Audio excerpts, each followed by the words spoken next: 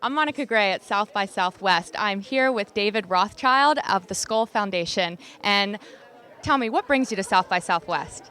I was invited to speak on a panel about water and to talk about social entrepreneurs and their role in solving the world's water issues.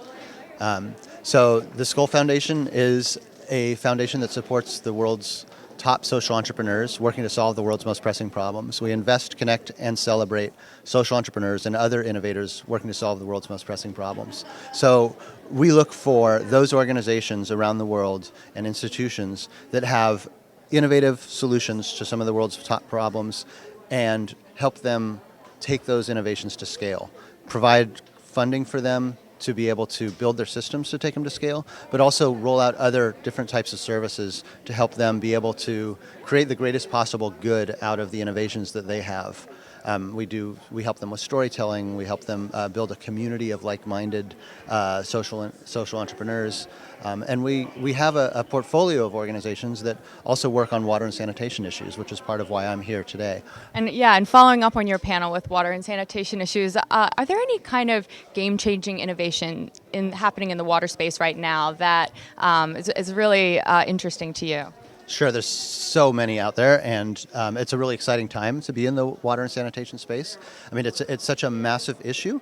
We have, we're living on a water scarce planet, and there's not enough water to go around.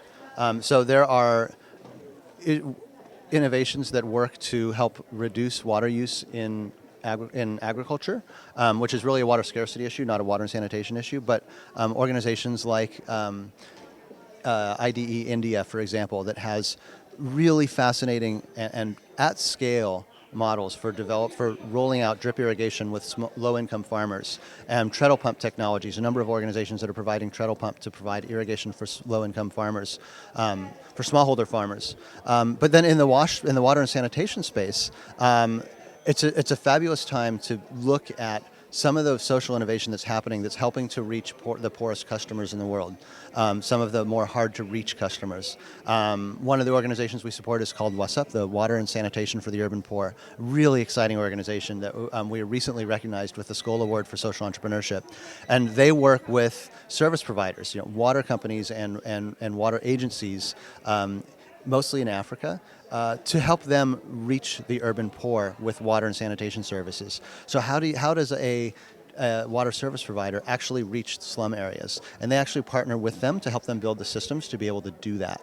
And when we think about who the urban poor are and who the rural poor are, for that matter too, and how to reach them with water, a lot of the way that the people are thinking about these water issues is shifting from one where we just need to provide charity and dig a bunch of wells, to one where how do we build the local systems where people actually have their own control, where they make their own contributions, and they can pay for water too.